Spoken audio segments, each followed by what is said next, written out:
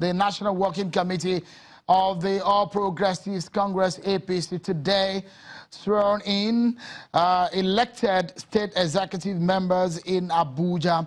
The national chairman of the All Progressives Congress, Chief John Oyegun, on Monday charged the new inaugurated APC state chairman on the re-election of the party, particularly President Muhammadu Buhari in the 2019 elections.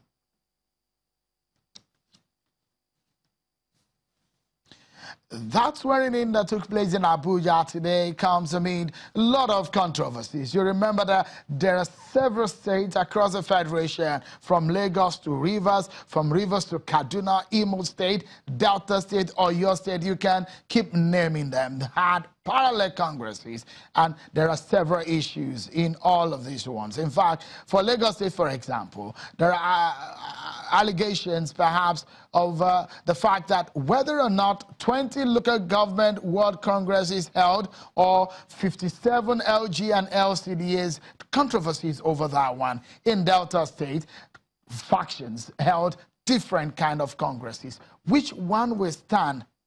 Where the party has inaugurated and sworn in chairmen from some of these states. Which of these did the party recognize today?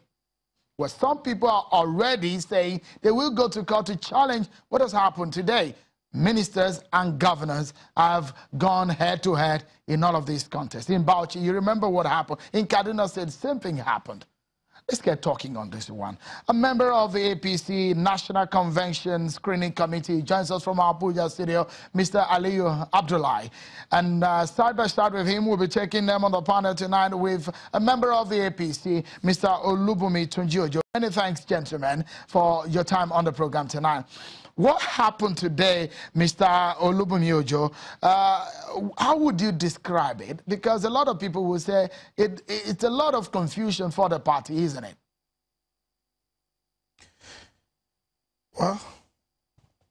Well, Sean, thank you very much.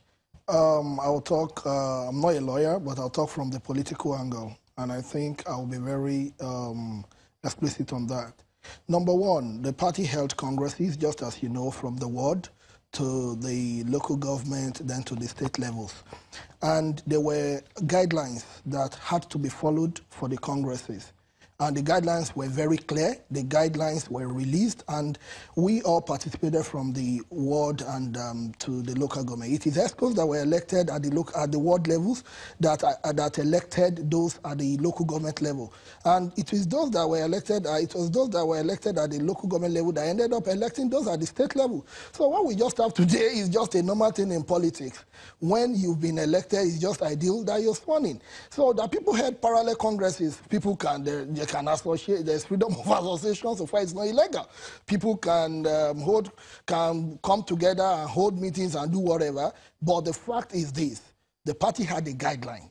Was the guideline followed? Yes. And if you look at what we have today, I think from what I've read, about 33 states have been inaugurated. So what it means basically is that we still have about 3 states that the NWC is still working on.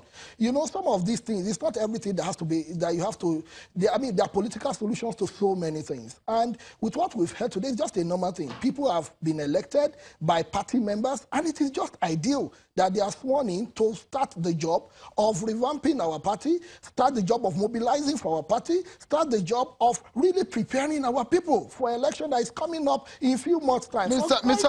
Mr. Olubunmi Ojo, if I may quickly, Mr. Ojo, if I may come in here quickly, let me quickly come in here. Tell Nigerians, especially a lot of people who are not members of your party, but followed, because Channels Television covered across the country, from the ward to the local government to the state congresses, and we saw how things went. For example, and let me throw this to you.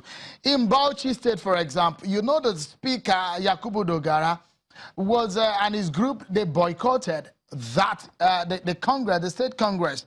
And today is the Congress that led to the chairman, supported by the governor, that was inaugurated. In a state like Kano, in a state like Bayelsa, in a state like Delta, there are ESCOs that are favorable to some members or some leaders of the party that are inaugurated. So what happens to, for example, some ministers whose their own factions were not recognized at today's inauguration or swearing in. That's a major problem. And that's why a lot of people who are not members of your party will be wondering how this will be resolved.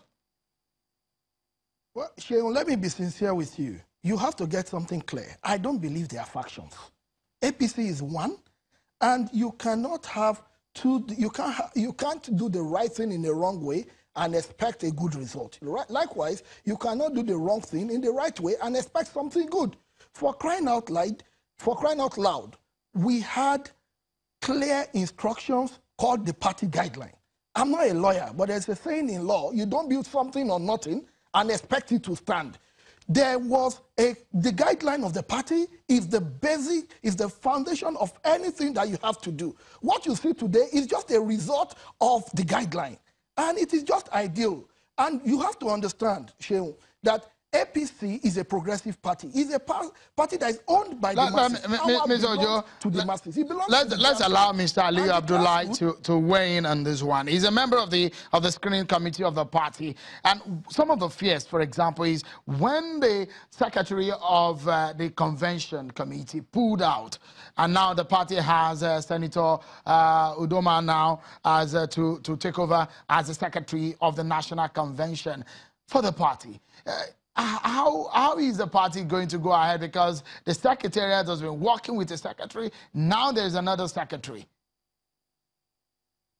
Well, thank you, Sean, for having me. Before I actually answer your question, let me quickly run on the other question. I think, you see, what you are seeing in APC is democracy at its best. Because that there are a great members of the APC that didn't actually win election or participate doesn't mean the party wouldn't go ahead to swear in those ones that actually satisfy at least the guidelines of the party. What happened is now these agreed people may likely approach all the mechanism to solve the disputes, including courts. And if at the end of the day, the courts upturn those victories that are of the people that have been sworn today, the party will respect the court's orders. And don't forget that the party has people they send to conduct those elections.